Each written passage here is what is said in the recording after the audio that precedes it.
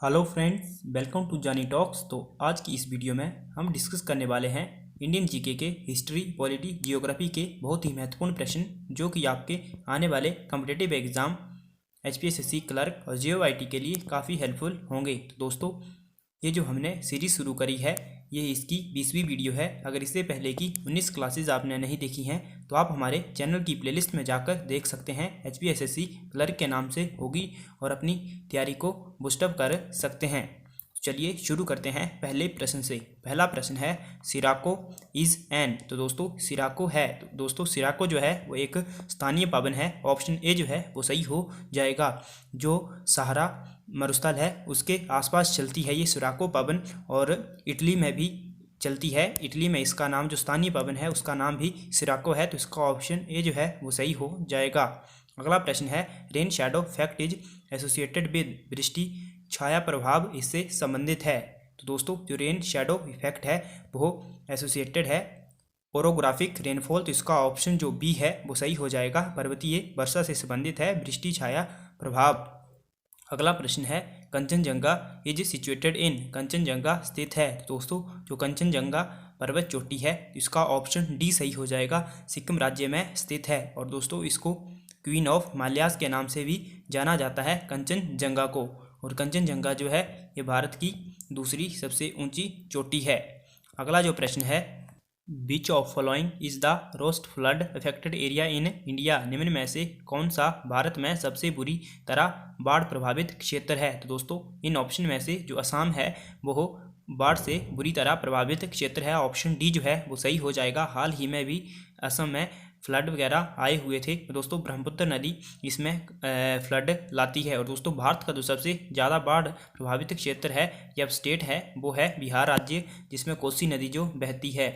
अगला जो प्रश्न है where is 90 east ridge. 90 east ridge कहाँ है आपको बताना है। तो जो 90 ईस्ट रिज है वो है हिंद महासागर में। ऑप्शन ए जो है वो सही हो जाएगा। हिंद महासागर यानी कि इंडियन ओशन। और दोस्तों जो सुंडा ट्रेंच है वो भी हिंद महासागर में है। अगला प्रश्न है Jog falls is located over which river. Jog प्रपात किस नदी पर स्थित है।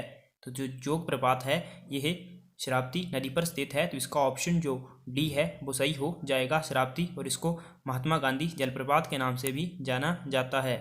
अगला प्रश्न है softwood forest are mostly found इन।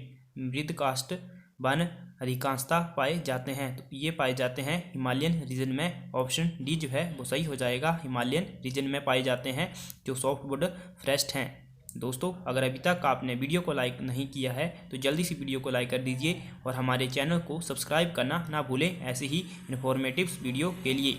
चलिए शुरू करते हैं अगले प्रश्न से। Korba coalfield is located in. Korba कोयला क्षेत्र अवस्थित है। तो दोस्तों जो कोरबा कोयला क्षेत्र है वो छत्तीसगढ़ राज्य में है। ऑप्शन डी जो है वो सही हो जाएगा। छत्तीसगढ़ राज्य में है कोरबा जो कोयला क्षेत्र है। और दोस्तों धनबाद का आपने नाम सुना होगा, वो है उड़ीसा में, धनबाद और झारिया। अगला जो प्रश्न है Tarapur nuclear station is located in. Tarapur nuclear station कहाँ स्थित है। तो ये तारापुर जो न्यूक्लियर स्टेशन है वो है महाराष्ट्र राज्य में। ऑप्शन ए जो है वो सही हो जाएगा। और दोस्तों ये जो है ये फर्स्ट न्यूक्लियर पावर प्लांट है भारत का, और जिसकी जो कंस्ट्रक्शन थी 1964 में शुरू हुई थी, और इसकी यूनिट 1 और 2 ने 1969 में कार्य करना प्रारंभ कर दिया था। अगला प्रश्न है ए क्रॉप ग्रोन इन जायद सीजन इज। आपको बताना है जायद ऋतु में उगने वाली फसल है।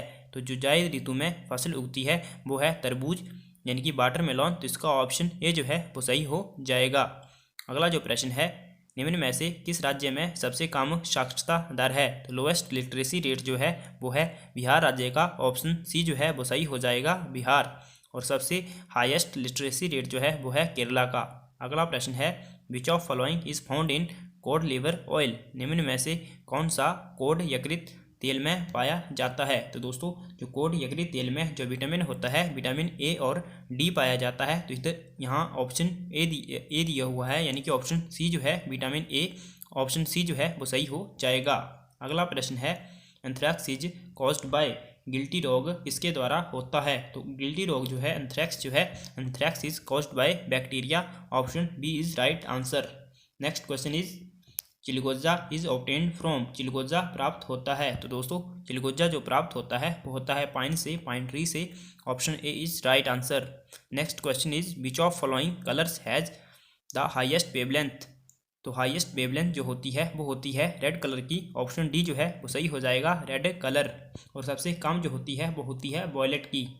अगला प्रश्न है the capital of Sirmaur state was never located at, Sirmaur राज्य की राजधानी कभी नहीं रही। तो दोस्तों इन ऑप्शन में से जो रेणुका है वो सिरमौर की राजधानी कभी नहीं रही थी। और दोस्तों जो सबसे पहले राजधानी थी राजा वंश प्रकाश के द्वारा बनाई गई थी राजबन। उसके बाद जो राजा उदित प्रकाश हुए उन्होंने राजधानी कलसी में स्थानांतरित कर दी थी और नाहन को राजधानी राजा कर्मप्रकाश के द्वारा बनाया गया था। अगला जो प्रश्न है Subhash Chandra Bose spent a few months at, Subhash Chandra Bose ने कुछ माह बिताए थे। तो सुभाष चंद्र बोस जो थे उन्होंने कुछ माह बिताए थे डलहौजी में। ऑप्शन सी जो है वो सही हो जाएगा, डलहौजी। अगला प्रश्न है doctor Y S. Parmar university of horticulture and forestry has its headquarter at, doctor Y S. Parmar बागवानी एवं वानिकी विश्वविद्यालय का मुख्यालय जो है वो है नौनी में, सोलन के नौनी में। ऑप्शन ए जो है वो सही हो जाएगा, नौनी। दोस्तों जो फॉरेस्ट गार्ड के एग्जाम वगैरह होते हैं वो नौनी यूनिवर्सिटी ही कंडक्ट करवाती है। अगला प्रश्न है Himachal Pradesh came into existence on, Himachal Pradesh कब अस्तित्व में आया। तो यह आया था 15 अप्रैल 1948 यानी कि 1948 को, 15 April 1948। Option C is right answer.